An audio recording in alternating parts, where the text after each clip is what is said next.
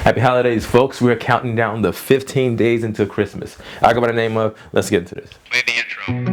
I go by the name of Lord. Let's serve you some whiskey.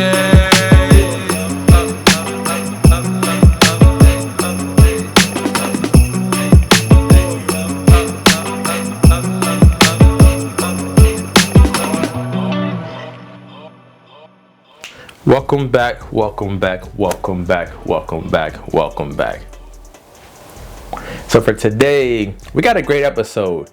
It is basically how to get into your whiskey that you like, or bourbon, whatever the case may be, and how does that align with the people you follow on YouTube. Straightforward, that's it. We are moving. Now, I've been having fun making this series for a while. I admit, each episode I've been trying to like one-up it and do something different outside of review. So today is no exception. So if you're here so far, go ahead, hit that subscribe button and stay on the journey. We have a long way to go until Christmas. So I guess I'm gonna keep making these videos. You know, we'll see. But for today's episode, no review. I'm just gonna have a thought and share you a little tad bit and a little background real quick. So the bottle we have today, which we're not reviewing, is none other than the Knob Creek Smoked Maple. Ooh, now I can already hear the comments at home. Yes, this is Knob Creek Smoked Maple. Hear me out. I personally like this only for one thing and one thing only. It goes in my coffee.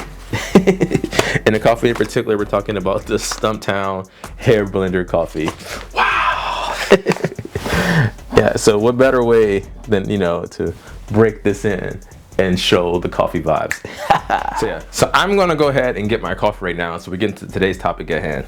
That Knob Creek Smoked Maple puts a crazy twist on this particular coffee. So this coffee by Hairbender, the notes are citrus and dark chocolate, and mixed with that maple, wow, next level.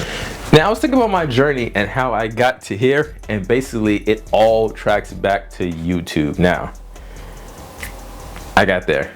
It happened. Now, like I said before in this channel, I was originally into Scotch. So originally what happened is every time I bought a new bottle of Scotch, I will look up the reviews. And the first person on YouTube that I always will look at reviews on the Scotch I bought was Ralfy.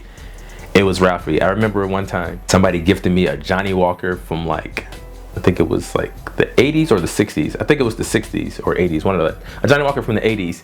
And Ralfy had a review on that Johnny Walker. And I was hooked. So every time I got a new bottle of Scotch, I went to Ralfy, looked it up. And what I did was actually, as I opened it up for the first time, I actually, you know, drunk it along with him and try to see if I could pick out the subtle nuances and things like that. Now, fast forward to the bourbon side. I got into bourbon. I think the first bottle I ever bought, don't judge me, was Basil Hayden. Only because a friend of mine, she recommended I try Basil Hayden. Needless to say, that bottle is still in my collection somewhere, and it has the same amount it has when I first bought it. Anywho, so that was the first bottle I had. A friend of mine's gifted me for my birthday a bottle of Knob Creek, which I still have. It was a small one, and I was bit by the bug, and so it started with there. So what happened was I started like YouTubing certain things and was trying to figure out what's that. So like I would get a bottle maker's mark and then go to YouTube, or get a bottle of 1792 and go to YouTube. And what happened was I ended up coming across people that I thought were dope. They had a great personality, a great knowledge, and I feel like the way that they presented things in regards to like tasting note, it was cool and feel like somebody I could have a drink with. So I like that. So a lot of times what I ended up doing was actually buying stuff off their recommendations without even trying it, which is crazy. So I was like heavily influenced. Now I would say, does this kind of get, yes. So it would suck to follow somebody and they keep making recommendations and you go buy it and it's not the vibe. I would say, however, you need to like find people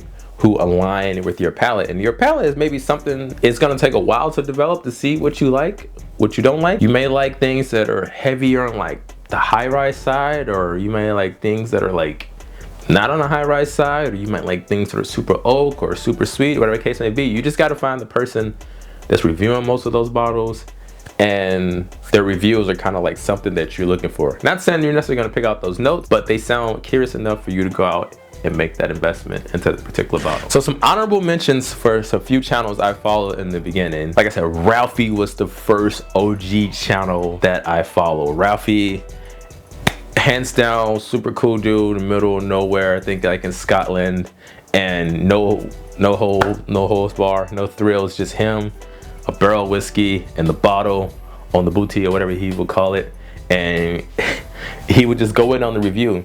So he was the first ones. Next, actually, I came across the Whiskey Vault. It was the Whiskey Vault. Whiskey Vault, shout out to Dan and Rec. I came across them, and I'll be honest, I bought a lot of my earlier scotches too from just looking at reviews. Monkey Shoulder, which is actually one of my favorite scotches, they reviewed on their channel. I was super impressed. I got that. I got into Lafroy, you know, and Brocklotic because they were reviewing those most. They didn't really do a lot of bourbons at the time.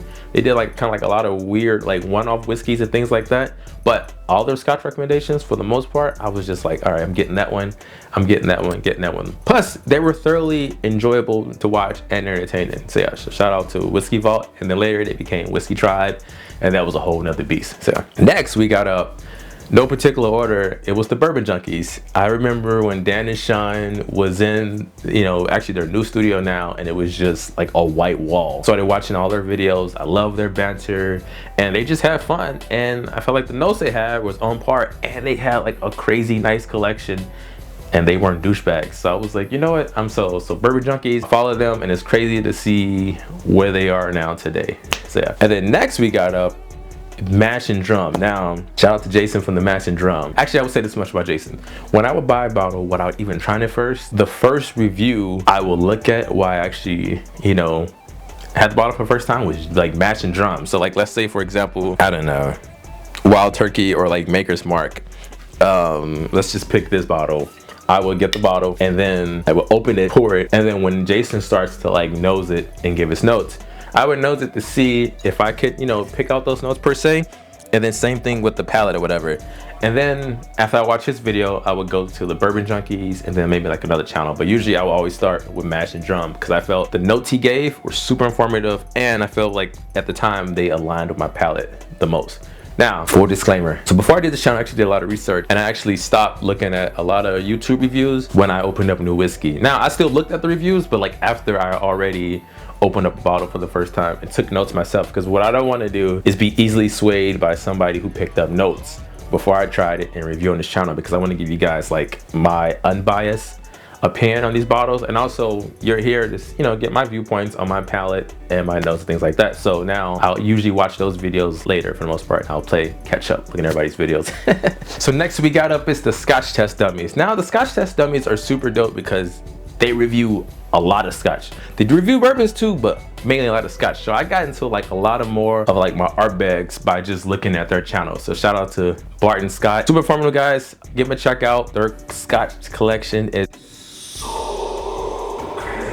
so shout out to Scotch Test Dummies. Once again, they were another channel that I watched later on my journey for like newer age scotch and things like that. Yeah. Next we got up is Bourbon Night with Chad and Sarah. Super dope channel. Now, I necessarily didn't look at their channel for one-off bottle reviews. I actually looked at their channel because I liked the way that they were putting together their list and their flights. Also, they had a crazy collection. Chad and Sarah's collection is crazy. I've seen a few videos they've done. I think once a year they used to do a full tour of like their whiskey collection, and it was just like OD all day long. Another channel I was watching was ADHD Whiskey with Matt Porter. Now Matt was super entertaining.